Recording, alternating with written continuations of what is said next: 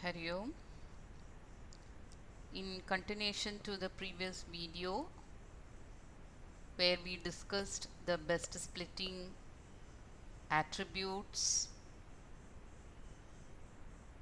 we talked about the two evaluation measures that are used for splitting attribute: information gain, which is based on the entropy value, and then we also talked about the Gini index, which can be used for the best splitting attribute selection, which is based on the diversity index. All these things we discussed in our previous video. So here we are going to talk about the best splitting criteria.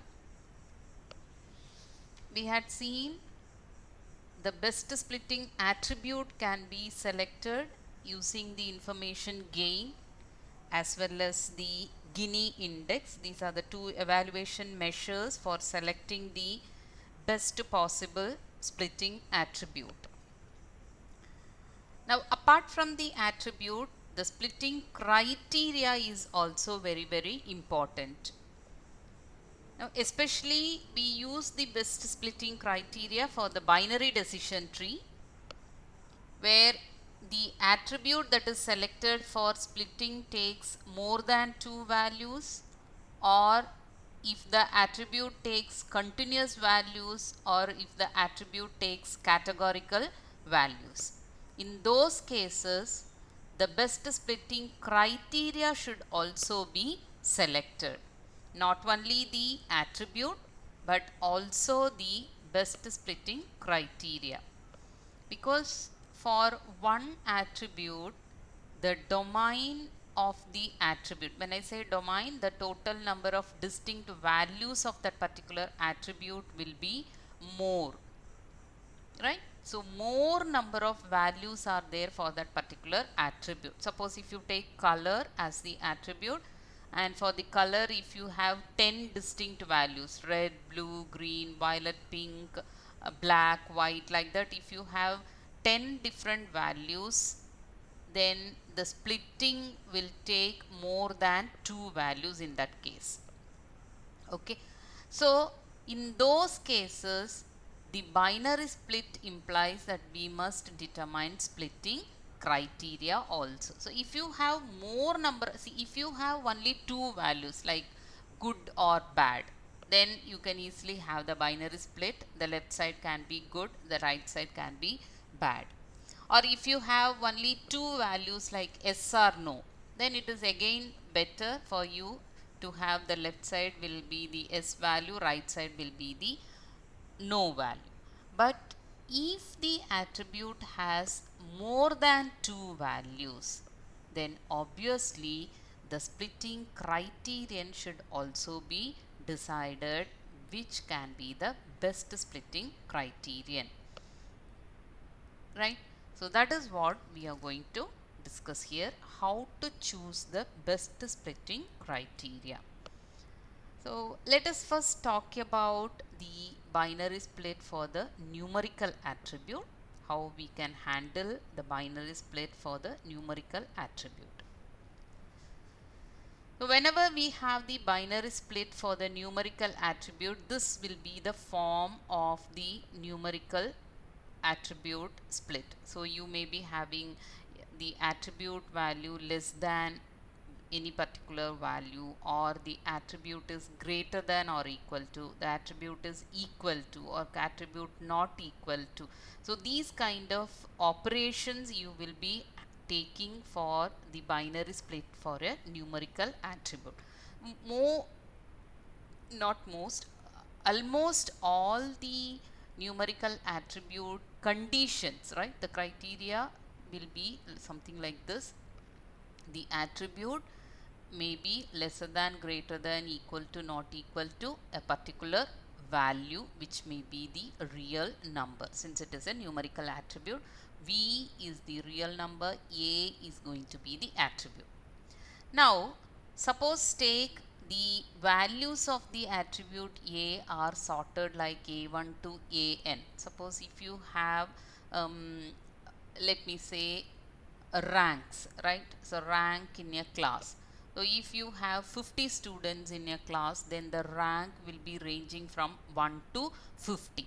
So all those ranks you can sort like 1, 2, 3 up to 50. Correct?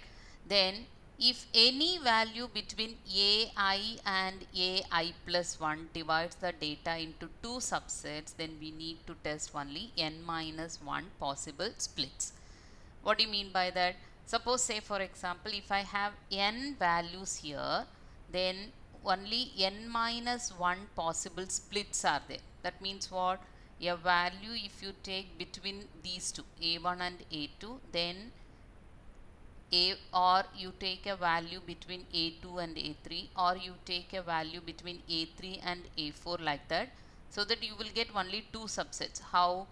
All, if you take a value between a2 and a3, so these are all in the sorted order, right? So if you take a value here between a2 and a3, so you will get only two subsets. Why?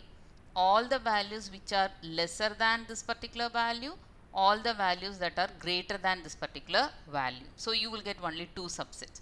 So imagine if you have the sorted values like 1, 2, 3, 4, 5 up to 100. Okay, 1, 2, 3 up to 100.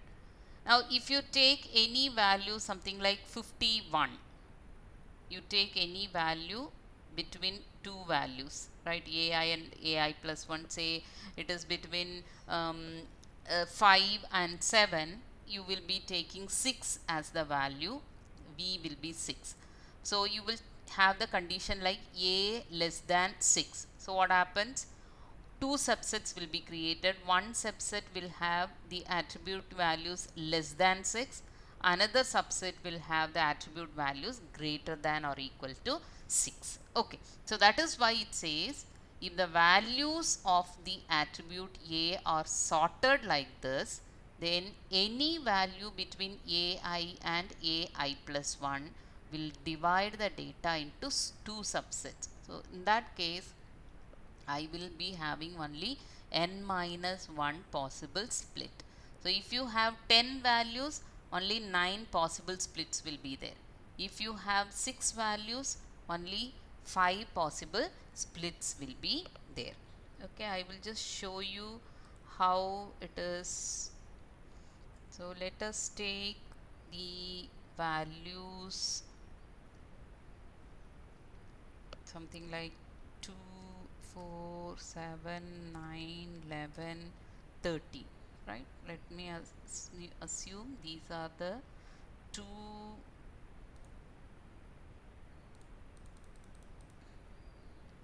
So these are some of the possible values that this is already in the sorted order. Okay, so this is already in the sorted order, so need not worry about it. These are the different values that we are going to have for the attributes. Let us assume. So let me make it bold and let me make it little bigger so that you can view it. Okay, right? So how many values are there? 1, 2, 3, 4, 5, 6. 6 is the number of values, right? An means 6 values I am going to have here. Okay, fine. Now for which, if I am going to have a value between 7 and 9, I am going to take a value between 7 and 9. What can be that value? Let me take it as 8. So your condition comes like A less than 8. This is going to be your splitting criterion. This is going to be your splitting criterion. Correct? Okay. Now if this is going to be the splitting criterion, you will have two subsets, right? You will have two subsets of the data created. What are the two subsets? First subset will be all the data points that are having the attribute value less than 8. Another subset will be all the data points that are having the attribute value greater than or equal to 8. So all the data points that have these three values will come in one particular set, and all the data points that have these three values will come in another subset. So that is what is mentioned here. If the values of attribute A are sorted, we have already sorted all those values, then if any value between AI and AI plus 1, we have chosen the value between 7 and 9. It divides the data into two subsets, then we need to test only n minus 1 possible splits. So since I have 6 values, possible splits will be only 5 possible splits. Now for this kind of data distribution, we are going to use class histogram to specify the frequency distribution. So two subsets will be created. So I need to understand how many records are in one subset, how many records are in another subset. Only then we can go for calculating the Gini index, right? So we can use Gini index or information gain only if I have the frequency distribution. So to get this frequency distribution, we are going to use this class histogram. So class histogram is nothing but it is used to represent the frequency distribution of the class values for the attributes under consideration. We'll see an example. For the class histogram, let us say T is the training data and these are the class labels for the training data C1 to Ck. That means K class labels are there. Okay, K class labels are there, and T partitioned on the attribute X into T1, T2 up to Tn. That means the data set is partitioned on a particular attribute X into T1, T2 up to Tn. So this n number of partitions are created. Okay. If so, I am going to derive a class histogram. The class histogram will have k columns. K columns means k number of classes are there. So k columns will be there in the class histogram, and n number of rows. Why n number of rows? The T partitioned on the attribute X is divided into n number of partitions, so I will get n number of rows. Okay, so here we are talking about the binary split, so obviously I will have only two subsets, so you will have only two partitions. Okay, this is a general description for the class histogram. And if you are going to have binary split, obviously the T will be partitioned on attribute X into two subsets, so you will have only T1 and T2. And in the class histogram, if I have k columns and n rows, the I comma jth entry indicates how many number of records are there in the data set in partition Ti and class Cj. So in the ith partition and in jth class, how many number of records are there? Okay. So let me take you to the class histogram. This is what you call as the class histogram. And for the numerical attribute A, if we want to compute the Gini index of the splitting criterion A less than or equal to V. So this is the splitting criteria, and for this splitting criteria I need to calculate the Gini index. So for calculating the Gini index, I need the frequency distribution, and this frequency distribution is now represented as the class histogram, and this is what you call as the class histogram, right? Imagine, since we are going for the binary split, you will have only two rows. I told you if you have n partitions, you will have n rows, but here since we go for binary split, I will have only two rows and k number of columns. How many classes are there? That many number of columns will be there. Okay, and the first row represents frequency distribution of records that fall in A less than or equal to B, and the second row will represent the frequency distribution of records that fall in A greater than B. So A less than or equal to B, the opposite is A greater than B. Okay, so you will have, let me correct it, it is going to be CK.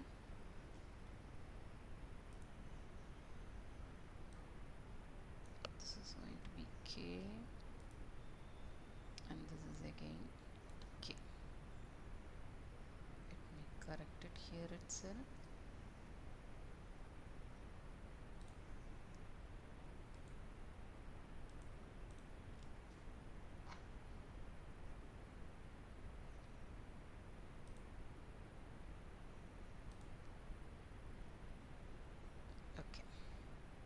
Okay, so the first row represents the frequency distribution of records that fall in A less than or equal to B, and the second row represents the frequency distribution of records that fall in A greater than B. So you will have the condition specified here in the class histogram, and the first row represents the true cases and the second row represents false cases. Why?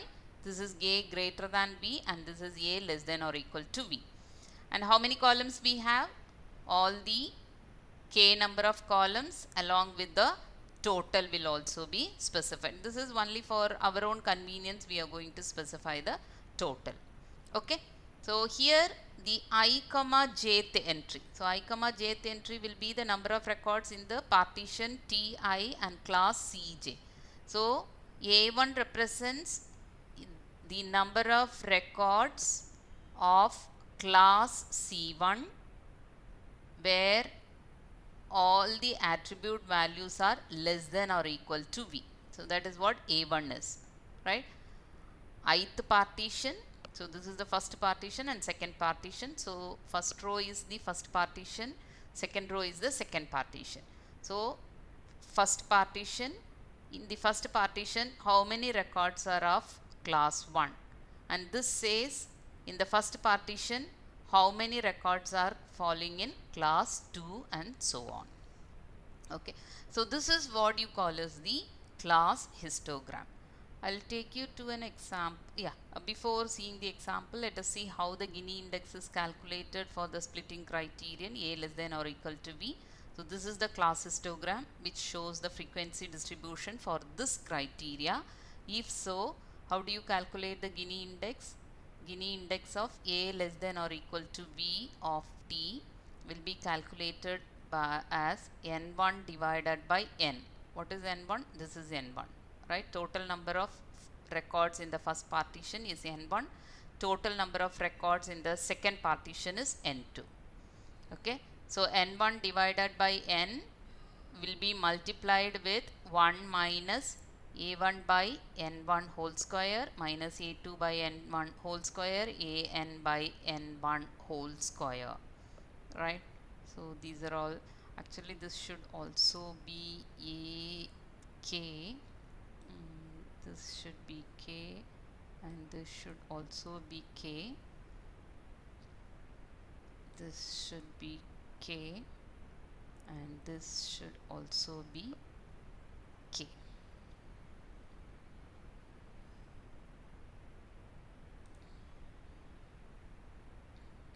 Okay, so let me upload it.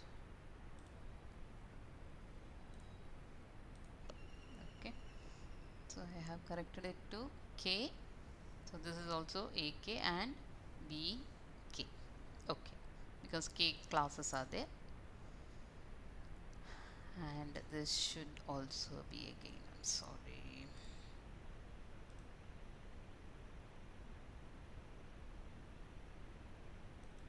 This should also be K and this is again K. Let me just check.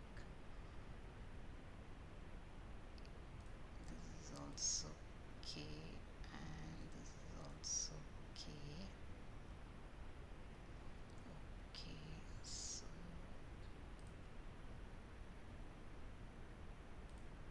export it. Yeah.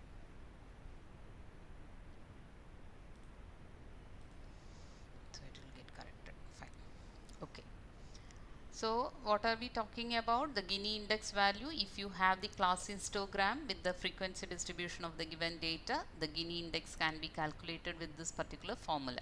So N1 is the total number of records for the first partition, N2 is the total number of records for the second partition. Okay, then each value A1 by N1 whole square, A2 by N1 whole square up to AK by N1 whole square. Then here for the that must be added with the second partition Gini index. This is the second partition Gini index. Let us take this example. This is the training data set. Let us assume you have, these are the ID data ID of each and every record. 6 records are there. age is one of the attribute, salary is another attribute, and this is the class attribute, class values. So I have only two class values, G and B. G and B, only two class values, and these are the salary values. Obviously these salary values can be sorted, right? Because they are all numerical attribute, you can sort it.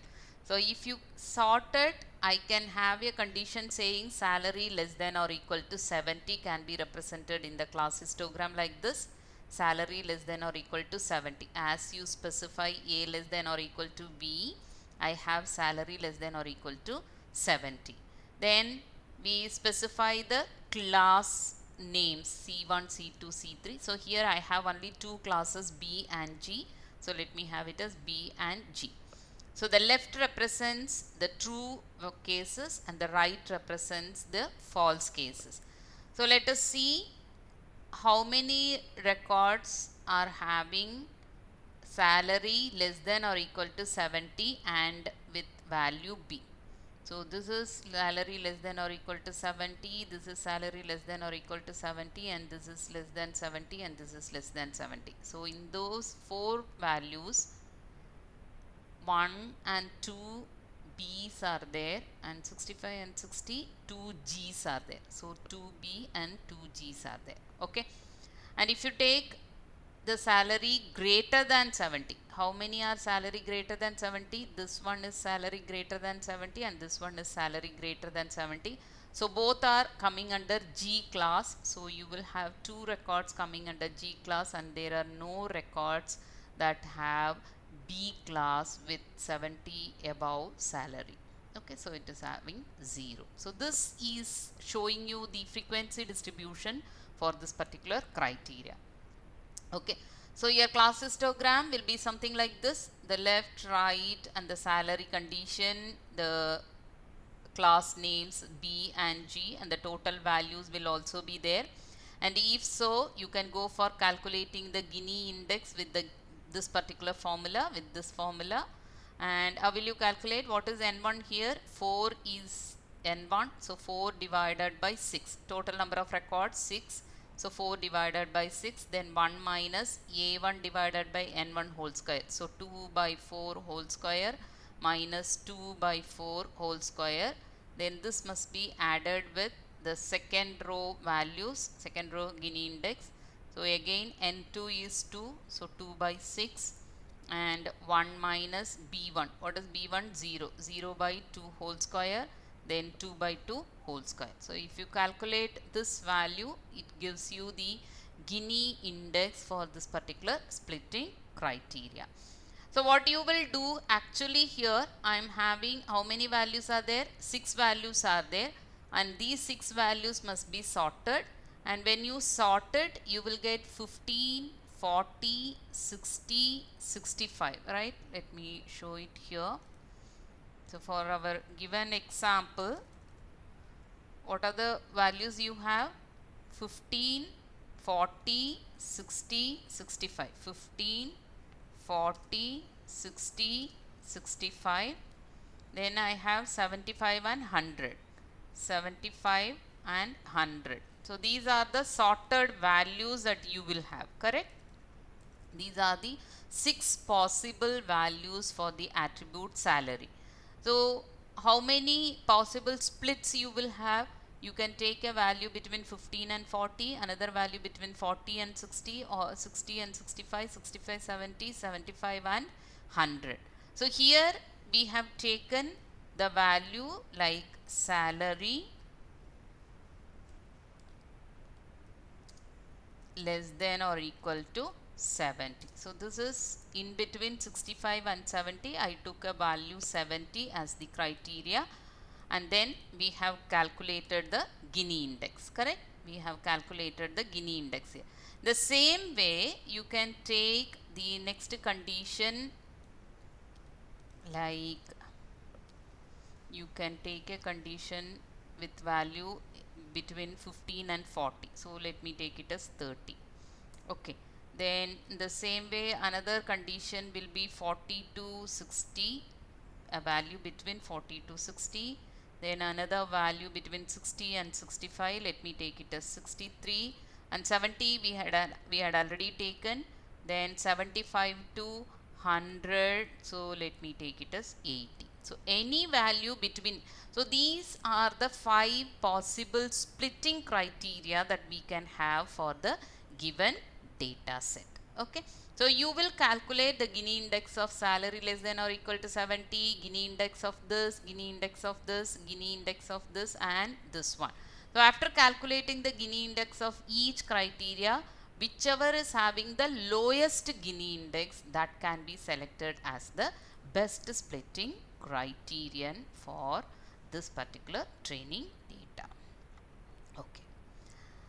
Now the next one is the binary split for categorical attribute, which is another very interesting splitting criteria. We had already seen in our previous discussion in one of the videos, we had seen this particular slide where the splitting criteria is nothing but the qualifying condition, and the qualifying condition for the numerical attribute will be something like this: inequality. That is what we had seen now. For the numerical attribute, the condition is less than or equal to, greater than or equal to, like this, right? So any of this condition will be used for the numerical attribute. But if I am going to use the categorical attribute, then we are going to use the membership condition on the subset, membership condition on the subset of values. This is the example we have seen. Outlook is the attribute name, whether this attribute value is a subset of this particular value, and if you see, Sunny is the subset of the Outlook attributes values. Okay. So the binary split for the categorical, so this slide we had already seen, I just kept it only for your reference, right? So just to show you what will be the splitting criteria for numerical attribute and categorical attribute. This slide is already shown in the introduction of the classification process, right? You can just skip it for your notes preparation. So this is only for reference. So the best split for the categorical attribute is the one where the no ordering for the categorical values. There is no ordering for categorical values. There cannot be a value n such that it splits the attribute values into 2. If you have ordering, right? So here we had ordering for this particular value, so we can take any value n. We can take n 70, 30, 50, like that. We take any value n, it is going to split it into 2. But for the categorical attribute, I cannot claim that kind of splitting. So what we generally do, we will take all the set of possible values of the attribute A, and we call it as a set. Then for this set S of A, the split test will be of the form whether the attribute value belongs to this set S dash, where S dash is a subset of S. S dash is a subset of S. I'll show you an example here. S of Outlook. Outlook is one of the attribute we had seen for our best splitting attribute, right? Best splitting attribute for calculating the Gini index, gain ratio, etc. We used Outlook as one of the attributes in our training data. And S of Outlook is equal to, these are the 3 possible values from the training data, correct, for the attribute called Outlook. Now how will you write the split test here? We cannot write the split test like less than, greater than, etc. We write the split test only with the membership condition. Okay, how do you write it? You will say whether the attribute belongs to this particular set. Now if you observe the set, this is the subset. This is the subset of our set of possible values. So Sunny is called as S dash here. So Sunny is S dash is a subset of S of Outlook. What is S of Outlook? All these 3 possible values. So this is how the splitting criteria for the categorical attribute will be represented. So this we had already discussed. Okay. So since we are going to have a membership condition, instead of class histogram, we are going to use count matrix for the categorical attribute, not simply the class histogram. Instead, count matrix will be used for specifying the frequency distribution. Okay. If so, how will you have the count matrix? The count matrix will have n number of rows. Why? If you have n distinct values, imagine these are the n, how many distinct values are there here? 1, 2, 3, 3 distinct values for this attribute. So if you have n distinct values for the attribute, then you will have n number of rows, and k columns, obviously k different classes, and the I comma jth entry will represent the number of records in the data set having ith value of the attribute and in the jth class. So how many records are having ith value of the attribute and having jth classification? So that is what will be represented in the I comma jth entry. We'll see an example. Let us assume this is the example training data. So in the training data, this is a non-class attribute, which is a categorical attribute. This is the categorical attribute, and this is the class attribute. So you have two classes, high and low, and the categorical attribute has three distinct values: family, sports, and truck. These are the IDs, record ID. Okay, so this is how the training data is given. Let us assume how many records are there? 6 records, 2 classes, and 3 distinct values. Okay, so your count matrix. So since I have n rows, n distinct values, that means 3 distinct values, so I am having 3 rows. K columns, that means here 2 classes, therefore 2 classes. Okay, so I am going to specify the 3 distinct values in 3 different rows, and in the family cases, how many are having high assets class and how many are having low assets class. So totally I have 3 family values. For these 3 values, 2 of them are high. This one is high and this one is high, whereas 1 is low. Okay, so out of 3 family records, 2 are having high values, 1 is having low value. The same way, out of 2 sports values, out of 2 sports records, 2 are having high values, but there is no low value.